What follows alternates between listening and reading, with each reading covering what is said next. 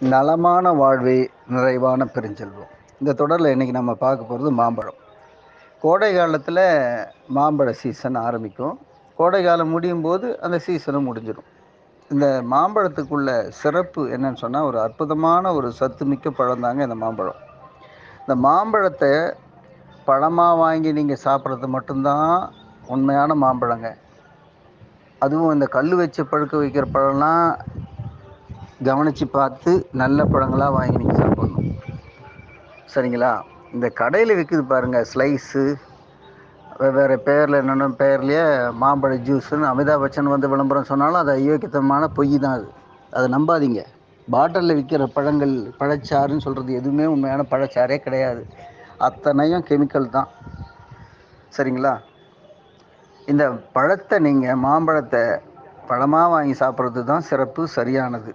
இதில் என்னெல்லாம் பலன் இருக்குது பாருங்கள்.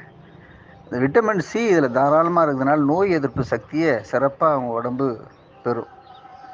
கண் பார்வை மேம்படுங்க, கண்ணொளி மேம்படும். மாலைக்கண் நோயை எதிர்க்கக்கூடிய ஆற்றல் இந்த பழத்துக்கு இருக்குது. சில குழந்தைங்க எவ்வளோ சாப்பிட்டாலும் மெலிஞ்சு இருப்பாங்க, நோஞ்சாங்க குழந்தைங்க மாதிரி சொல்லுவாங்க. அந்த குழந்தைங்களுக்கு அடிக்கடி நீங்கள் இந்த மாம்பழத்தை கொடுத்துக்கிட்டு வந்தீங்கன்னா உடல் தெம்பும் அதிகமாக இருக்கும், எடையும் கூடும், நல்ல பொலிவாக உற்சாகமாக இருப்பாங்க குழந்தைங்க. மேலும் கூட இந்த பழத்தை சாப்பிட்றதுனால நம்ம பெறக்கூடிய நன்மைகள் என்னன்னு பார்த்தீங்கன்னு சொன்னால், இதயம் வலிமை பெறக்கூடிய ஆற்றல் வரும் நமக்கு. பசியை தூண்டும், உடல் தோல் நல்லா பளபளப்பாகும், முகத்தில் ஒரு பொலிவு ஏற்படும். மிக சிறப்பாக கல்லீரல் குறைபாடுகளை விளக்கக்கூடிய ஆற்றல் இதற்கு உண்டு. புது இரத்த அணுக்களை உற்பத்தி செய்யக்கூடிய திறனும் இந்த மாம்பழத்துக்கு உண்டு. அதனால் மாம்பழத்தை பழமாக வாங்கி சாப்பிட்டீங்கன்னா தான் பயன். மாம்பழச்சாறுன்னு சொல்லி ரசாயன இந்த சுவை உள்ள இந்த ட்ரிங்க்ஸ் எல்லாம் குடிச்சிங்கன்னா 10 பைசாவுக்கு பிரயோஜனம் இல்லைங்க.